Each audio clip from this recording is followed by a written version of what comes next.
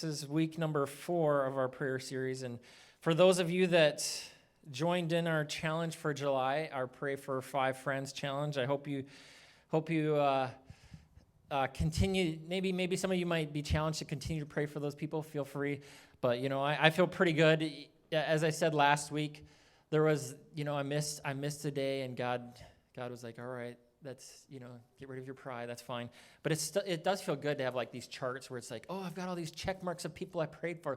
I don't know, like for those of you that are melancholy people, like I'm a melancholy. That's, personality type. I don't know if you've ever done any of those personality tests where it's like sanguine, choleric, melancholy, phlegmatic. And some of you guys are like, what language is he speaking? I don't.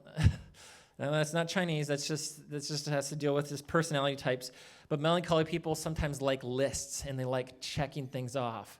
So I don't know if you're one of those list people that when you check it off, you start to feel good. You're like, oh yes, I got a check mark on the list. And some of you sanguine people are like, what? Why would you even have a list, much less check it off? That just sounds boring. But today we're talking about God's present and patient prayer. So have you ever spent time with a preteen or a teenager in a car ride and you took away their technology, or they didn't have technology? This doesn't apply very well for some people because it's like when they hit the car, it's like technology right away, headset on, things like that. But let's just say they don't have their technology, and all of a sudden they begin to open up, right? If you're on a car ride, 30 minutes, an hour, and you begin to talk, a lot of times they'll begin to share just about their life as you show an interest in them, as you care about them, they begin to share what's going on in their life. And does that happen right away? No, of course not. They're like, okay, I don't know if this person really cares. It takes a while, but it happens because of spending time in one another's presence. So I want to start in Psalm 84, 1 through 2. And it says, how lovely is your dwelling place, Lord Almighty. My soul yearns, even faints for the courts of the Lord. My heart and my flesh cry out for the living God. And then in Psalm 46:10, it says, be still and know that I am God. Be still and know that I'm God. So do you guys like to wait? You guys like to wait? No? Not at all? I don't like to wait. It's not very fun. It's not fun to wait in long lines, right? Or to be on hold for 45 minutes. You guys ever have those phone calls where you need to talk to somebody and you're on hold for 45 minutes and you're like, when will they answer the phone? Why is everything automated? And then, you're just waiting and waiting and waiting, and you're like, I didn't plan out my whole day to be on the phone for this one phone call. And it's not fun. But I have a question. If you are getting brain surgery, do you want the surgeon to have patience? Would you like them to have some patience? Do you want the surgeon to take the time to make sure it's done right? If you are getting brain surgery, are you willing to wait an extra 45 minutes if it means it's done correctly? Probably, right?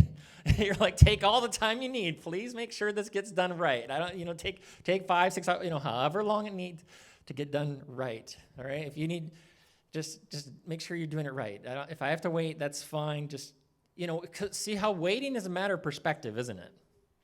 It really is. It's a matter of perspective.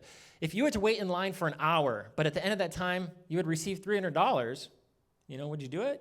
Some people would say, yeah, that'd be pretty good for an hour. Sure. If you had to wait a couple hours for your favorite band to perform, would that be worth it to you?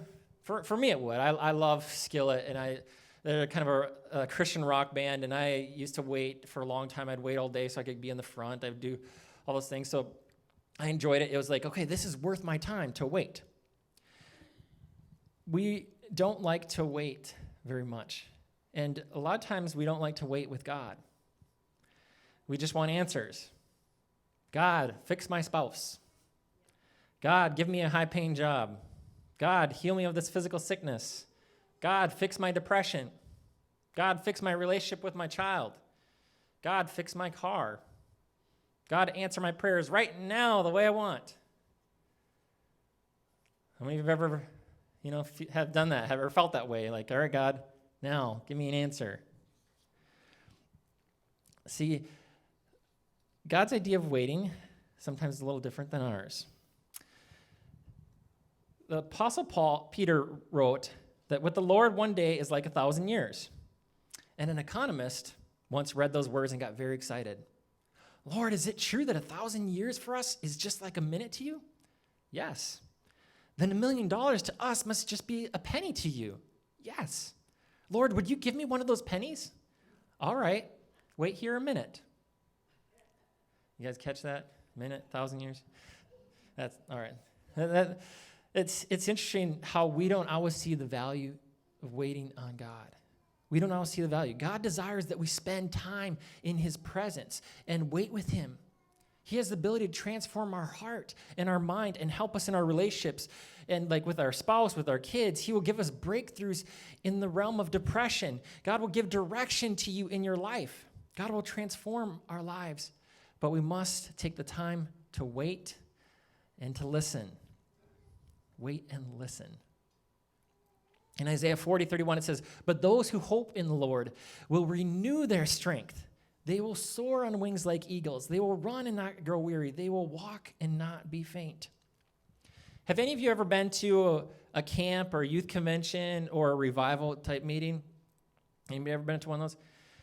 You know, some of my best spiritual moments in my life have taken place in those situations. And sometimes you wonder, what are the reasons why those events bring us such amazing moments with God? Like, why is it that those times, those camp times, those specific moments give us such amazing spiritual times with God? And I believe there are two major reasons. One, expectancy. Expectancy. When you go to a sports game, there's an expectancy that you're going to have an exciting time, that you're going to enjoy it. When you get married, there's an excitement that day and an understanding that that wedding day is going to be fun and memorable. Right? There's a certain expectation like, okay, this is going to be one of the best days of my life. There's an expectancy that goes into that day. You think about when there's fishing, sometimes there's an expectancy that you're going to catch a fish, right? I know that doesn't always happen. Sometimes you just go fishing and you expect not to catch anything, and you're just like, I just want to be out here for the day just to relax. Sometimes there's an expectancy when you go to the DMV that it's going to be long and tedious, and even taking a test or something like that. It's not going to be fun. See, all of a sudden I went from fishing to DMV, and you guys were like, your attitude started changing right there, right? But even like on a hot day, like 100-degree day, going to Dairy Queen, like there's an expectancy of like, ooh, this ice cream is going to taste really good, and it's going to be the perfect thing, just what I need on today. Think about it like even cell phones. When you plug a cell phone in, you expect it to start charging, correct? Like you expect the electricity to work to start charging your cell phone. When you go to camp, youth convention, revival meeting, you expect to meet with God and be encouraged by that encounter. In Psalm 42, 1-2, it says, "As the deer pants for streams of water, so my soul pants for you, my God. My soul thirsts for God, for the living God." I love that description in that verse. Thirsting for the living God. Just the same way that you would thirst for a drink of water. Not a hot day when you just went for a run, just that thirst for God, for God's presence. The number two reason why I believe that those situations, you have these moments with God and God begins to do amazing things in your heart, is time. Time. When going to a camp service at Lake Geneva or Spencer Lake in Wisconsin, where I grew up, I know that service is not going to be a timed 1-hour service and end with the Lord's Prayer. And then we'll go eat lunch for a couple hours. Now, there is nothing wrong with a 1-hour service. And obviously, there's nothing wrong with the Lord's Prayer.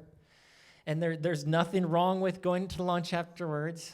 That's good to have lunch and to have fellowship. That's a wonderful thing. But what is important to realize is that if you want to be in God's presence and be changed by him, you have to be willing to take the time for him.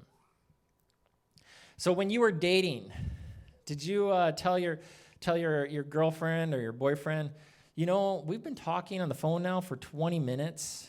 I have to get off. Like, 20 minutes, that's enough. I've got other things to do. That's enough time. Is that the way usually it goes when you really are in love with someone and dating with them? I mean, maybe some of you, but usually that doesn't go over too well. If you say, all right, we've had our 15-minute conversation, now we're done talking, that relationship probably wouldn't go very far at that point. Okay, we've had dinner. We're going out on a date. Oh, we've had dinner, but I don't have time for dessert or a movie or a ball game. That dinner, that's enough. We're done. All right, we'll see you. Would that go well usually when you're dating? I mean, once you're married, you'll be like, okay, any time away that just for ourselves, sure, I'll take it, the 20 minutes, sure. But when you're dating in those times where it's like, you want to spend time with each other, and it's like, okay, you're only going to allot me this much time, and then you're going to move on? That's not what you desire. You're probably, I remember being on the phone, when I had a girlfriend at one point, and it was like, oh, you hang up first. No, you hang up first. Oh, I'm going to miss you so much. I'll talk to you in 6 hours, and we've been talking for 4 hours on the phone, but hey, it's like this concept is completely different. Developing relationships takes time. Developing relationships takes time. When learning about your boyfriend or girlfriend or spouse, many times we think, why isn't there a book out there that just explains them so I can understand them? Because this is hard. Like, I don't understand why they think the way they do, why they do the things the way they do. Why isn't there a book like that? And the advantage that we have in our relationship with Christ is that we do have a book. We have a book that we can learn about him. It's called the Bible. It's amazing that we have this book to learn about God. Of course, that's a whole nother sermon, but it's one thing to continue to remember that we have the Word of God to learn about who Jesus is, to be able to learn about his character and his love for us and what he's done for us. There's a story by Max Lucado. It says, so here I sit in the waiting room. The receptionist took my name, recorded my insurance data, and gestured a chair. Please have a seat. We will call you when the doctor is ready. I look around. A mother holds a sleepy baby. A fellow's dressed in a suit, looking at the Time magazine. A woman has a newspaper, looks at her watch, sighs, and continues the task of the hour, waiting. The waiting room, not the examination room, that's down the hall, not the consultation room, that's on the other side of the wall, not the treatment room. Exams, consultations, and treatments all come later. The task at hand is the name of the room, the waiting room. We are in the waiting room. We understand our assignment, to wait. We don't treat each other. You don't look at the other people in the waiting room and try and treat them. I don't ask the nurse for a stethoscope or blood pressure cuff. I don't pull a chair next to the woman with the newspaper and tell me what prescriptions you're taking. That's the job of the nurse, right? My job is to wait. So I do. I wait. We have to take time if we want a breakthrough in our lives. I remember going to camp as a young teen. During the altar call, I went up front and I said, all right, I'm not going to leave this altar. I'm not going to leave this place until I'm filled with the Holy Spirit, until God, the Holy Spirit comes upon me and I'm filled with his presence. I didn't care about the snack shack. I was like, I don't care about that right now. I don't care about hanging out with my friends at the moment. I knew I could do that tomorrow. I was willing to wait in God's presence for hours to allow him the opportunity to speak into my life and change me. Nothing else mattered. Nothing else mattered. When it comes to taking time for God, I'm not just talking about a church service. Like, there's times where we need to have church services where we wait upon God. But I'm not just talking about a church service. I believe there are times, extended altar times, which are great. But I believe that God can speak to us in our bedroom. I believe God can speak to us when we go on a long walk. I believe that God can speak to us when we have these focused times where we say, all right, God, this time is devoted to you. Whether that's an hour-long walk or whether that's a time at church or whether that's in your bedroom first thing when you wake up in the morning and say, all right, God, this is your time. I'm going to devote this time to you. In Exodus 33, Starting in verse 1, it says, "Then the Lord said to Moses, 'Leave this place, you and the people you brought up out of Egypt, and go up to the land I promised on oath to Abraham, Isaac, and Jacob, saying, I will give it to your descendants. I will send an angel before you and drive out the Canaanites, Amorites, Hittites, Perizzites, Hivites, and Jebusites. Go to the land flowing with milk and honey. But I will not go with you, because you are a stiff-necked people, and I might destroy you on the way.' When the people heard these distressing words, they began to mourn. And no one put on any ornaments, for the Lord had said to Moses, 'Tell the Israelites, you are a stiff-necked people. If I were to go with you, even for a moment, I might destroy you. Now take off your ornaments, and I will decide what to do with you.' So the Israelites stripped off their ornaments at Mount Horeb. In verse 7, it says, 'Now Moses used to take a tent and pitch it outside the camp some distance away, calling it the tent of meeting. Anyone inquiring of the Lord would go to the tent of meeting outside the camp. And whenever Moses went out to the tent, all the people rose and stood at the entrance to their tents, watching Moses until he entered the tent. As Moses went into the tent, the pillar of cloud would come down and stay at the entrance, while the Lord spoke with Moses. Whenever people saw the pillar of cloud standing at the entrance to the tent, they all stood and worshipped, each at the entrance to his tent. The Lord would speak to Moses face to face as a man speaks with his friend. Then Moses returned to the camp, but his young aide, Joshua, son of Nun, did not leave the tent. Moses said to the Lord, 'You have been telling me, Lord, lead these people, but you have not let me know whom you will send with me. You have said, I know you by name, and you have found favor with me. If you are pleased with me, teach me your ways, so I may know you and continue to find favor with you. Remember that this nation is your people.' The Lord replied, 'My presence will go with you, and I will give you rest.' Then Moses said to him, 'If your presence does not go with us, do not send us up from here. How will anyone know that you are pleased with me and with your people unless you go with us? What else will distinguish me and your people from all the other people on the face of the earth?' And the Lord said to Moses, 'I will do the very thing you have asked because I am pleased with you and I know you by name.'" See, Moses realized the importance of God's presence. Moses wasn't satisfied with, because this is, what God said is like, hey, I'll send an angel ahead. I'll make sure to take care of your enemies. I'll give you victory, but I'm not going to go with you because you have showed countless times that you are not going to continue serving me, that you are going to continue to sin, that you are going to continue to fall. But Moses says, I'm not after just the victory. Like, your presence is what's important. We need your presence, God. We need to be in your presence. He knew the importance of that, being in God's presence. And I pray that today that we would realize the importance of God's presence. I pray that we would take the time to wait upon God and that we would take the time to hear from him. See, God desires to change us in his presence.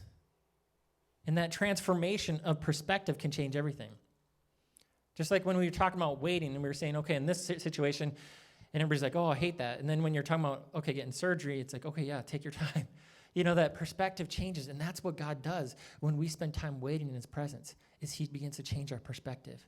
He begins to show us those things. It's like, why don't you step in this direction?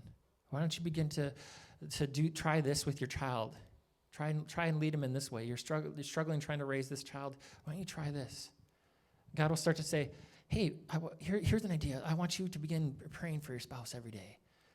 Do that for this next month. He gives you these ideas, these visions from him. It's like, here, let me give you some encouragement. But that doesn't take place if we don't take the time to listen. If we don't take the time to listen, we will not be able to hear from him. We will not be able to hear what he has for us. He desires to change us. He desires to bring healing. Throughout history, God has brought physical healing to people's lives. People are healed, and more importantly, God is glorified through that healing. God desires our hearts and dedication to follow after him. It's in his presence that things change.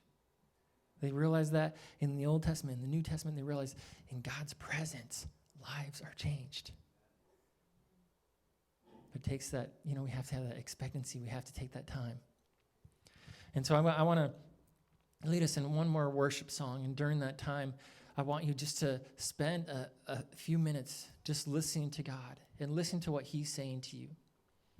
He has a purpose and a plan. He has hope. He has encouragement for you today. He has healing for you today.